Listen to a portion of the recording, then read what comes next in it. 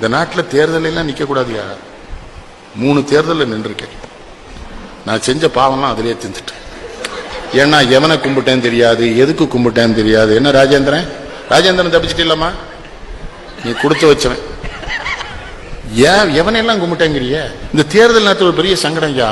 ஒரு முழு முட்டாப்பை தான் நமக்கு வழிகாட்டுவோம். நம்ம திருக்குறள் படிச்சதுக்கு அங்க கும்பிடுமா, இங்க கும்பிடுனா கோபப்படுவான். ஏன் தேர்தல் நின்று அவன் கேட்கான், அவன் நம்மளை நிறுத்தின மாதிரி.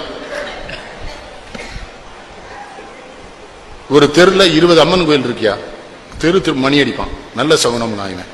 நம்ம துட்ட கொடுத்தா மணி அடிக்க சொல்லியிருக்கான். எல்லா அந்த பூசாரி என்ன பண்ணுதான், ஆன்னு ஒரு கொட்டாய் கொடுத்தான். உன்னை இவன் சொன்னா அம்பாள் வந்துட்டான்னா. நான் சொன்னேன் நுரையீரலுக்கு காத்து போலேன்னா தான் கொட்டாய் வரும். ஓ மூடியா, அதானே உண்மை. நுரையீரலுக்கு காத்து போலேன்னா என்ன மணி கண்டேன். சரி நம்ம அம்மனெல்லாம் கும்பிட்டாச்சு. இவன் பாதி கண்ணில் ஊதிய போட்டு எல்லாம் பண்ணி. இந்த கிறிஸ்தவ நண்பர்கள் வந்து சும்மா இருக்கானா, பிஷப்பை பார்த்தீங்களான்னா பார்க்கல. எதுக்குன்னு அவர்கிட்ட 10,000 ஓட்டு இருக்குன்னா. அப்ப சாயங்காலம் போய் வாங்கிட்டு வந்துருவோமே. நீ உருப்படவே மாட்டாங்க, இருக்குன்னு சொன்னா வாங்கிட்டு. நான் பிஷப்பை பார்க்க போயிட்டேன். நம்ம சாமியார்னா கும்பிட தெரியும், பிஷப்பை கும்பிட தெரியுமானே. போனோன்னே எப்படின்னு கேட்டேன். அந்த மண்டி போட்டு அந்த மோதிரத்தில் முத்தம் கொடுக்கணும்னா. நான் முத்தம் கொடுத்தேன், அது எச்சியா இருந்தது. பிஷப்கிட்ட கேட்டேன் என்ன சாமின்னு. அந்த வேட்பாளர் இப்போ தான் முத்தம் கொடுத்துட்டு போனான். துடைக்குனால் நீ வந்துட்டேன்னாரு. அப்பதான் கேட்டேன் எத்தனை வேட்பாளர் வந்தான்னு. 10 வேட்பாளர் வந்துட்டான்னு. அப்போ ஓட்டு 10,000 1000 பிரிஞ்சிட்டு இது நமக்கு கிடைக்காது. வெளியில வந்த உடனே இன்னொரு வக்கீல் வந்தான், ஃபீலிக்ஸ் பண்ணான்ற உடனே. பிஷப் பாத்தீங்களா பார்த்தேன்னு. யோ அது ப்ராட்டஸ்டன்ட் பிஷப். கேத்தலிக் பிஷப் பார்த்தேன்னா எனக்கு சந்தோஷம். ஓ நம்மள மாதிரி இவனையும் பெரியவர் இருக்கு போல இருக்கு. மனுஷனுக்கு எச்சி புத்தி. கேத்தலிக் பிஷப்ட போனா இந்த எலெக்ஷன் நேரத்தில் துன்பப்படுத்தாம பத்தியில நின்னா தான் இந்த துன்பம் தெரியும். 4 பேர் நிக்கான். அவர் பாவமன்னிப்பு குண்டுக்குள்ள இருக்காரு. அங்க போய் ஓட்டு கழுங்க. ஒரு பாவமன்னிப்பு குண்டுல இருக்காரு. அண்ணாச்சி நேரம் இல்ல, இன்னும் 5 ஊருக்கு போகணும்ட்டான். நான் டக்குனால போய் மண்டி போட்டு சாமி நான் இந்த தொகுதியில் காங்கிரஸ் வேட்பாளராக போட்டியிடுகிறேன். அவர் உடனே பரமண்டலத்தில் இருக்கிற பிதாவே, இந்த பாவி தேர்தல் என்கிற பாவக்களத்தில் காங்கிரஸ் கட்சி வேட்பாளராக நிற்கிற காரணத்தினால் இவனுடைய பாவத்தை ஏற்றி இவனை மன்னிப்பீராக. நான் என்ன பண்ண முடியும், ஆமென் என்று சொல்லுவேன்.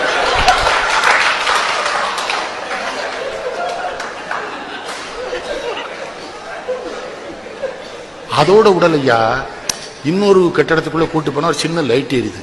அங்க எத்தனை பேர் இருக்கானே தெரியல. ஆம்பளையும் பொம்பளையுமா உட்கார்ந்து இருக்கான். ஏசு வருகிறார், ஏசு வருகிறார். நான் சொன்னேன் அவருக்கு தான் நம்ம தொகுதியில ஓட்டு இல்லையே, அவர் ஏன் வர? அங்கே ஒருத்தர் சும்மா இல்லையா.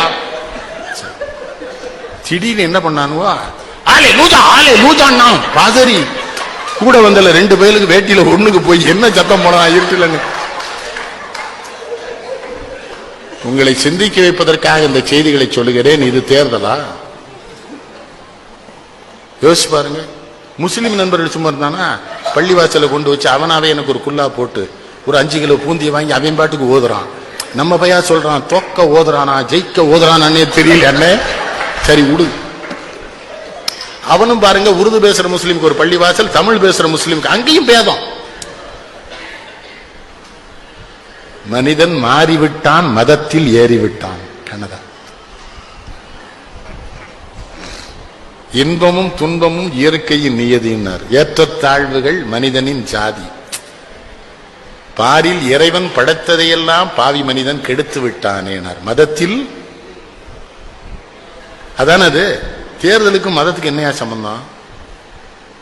இருட்டுக்குள்ள ஒரு கிராமத்தில் போயிட்டு இருக்கேன், கும்பிடுங்கிறான். கும்பிட்டுட்டு பாக்குறேன் எரும மாடு போகுது. நம்ம திருக்குறளை படிச்சு தாலியை போட்டு அறுக்கவா இல்ல எரும மாட்டை கும்பிட விடுதே இல்லைங்க. மாட்டின் சொந்தக்காரர் எத்தனை மகிழ்ச்சி அடைவார். செருப்பால் அடிச்சிருவான். அவன் என்ன நினைப்பான், மாட்டுக்கும் மனுஷனுக்கு வித்தியாசம் தெரியாதவே வேட்பாளரா என்ன பாடு படிச்சுட்டானுவோ. ஒரு கிராமம், சின்ன கிராமம், ஊராட்சி மன்ற தலைவர் கணேசன். அவர் எப்படி இருப்பாரு, மாடு கிட்ட வச்சிருக்காரு, பருத்தி கொட்டையும் புண்ணாக்கும் கலக்கிட்டு இருக்காரு. காலையில அவர்கிட்ட கூட்டு போயிட்டான். அண்ணாச்சி வந்திருக்காங்களான்னு அவர் திரும்பினாரா, வேட்டியை விட்டார். நான் அவரை கும்பிடுறேன். அவருக்கு மனசுக்குள்ள மகிழ்ச்சி. நம் மனைவிக்கு பிறகு நம்மை முழுமையாக பார்த்த வேட்பாளர் இவராக இருப்பார்.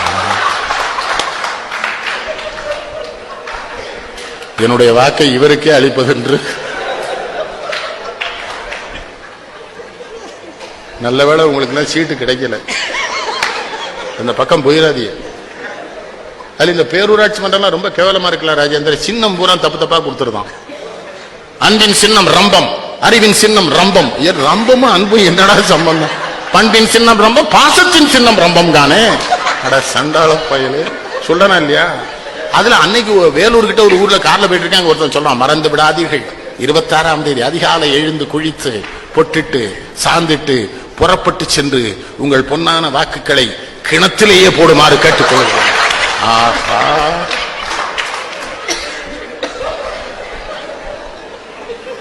உலகத்திற்கு ஞானம் தந்த நாடு இந்தியா என்று பெருமை பேசுகிறோம்.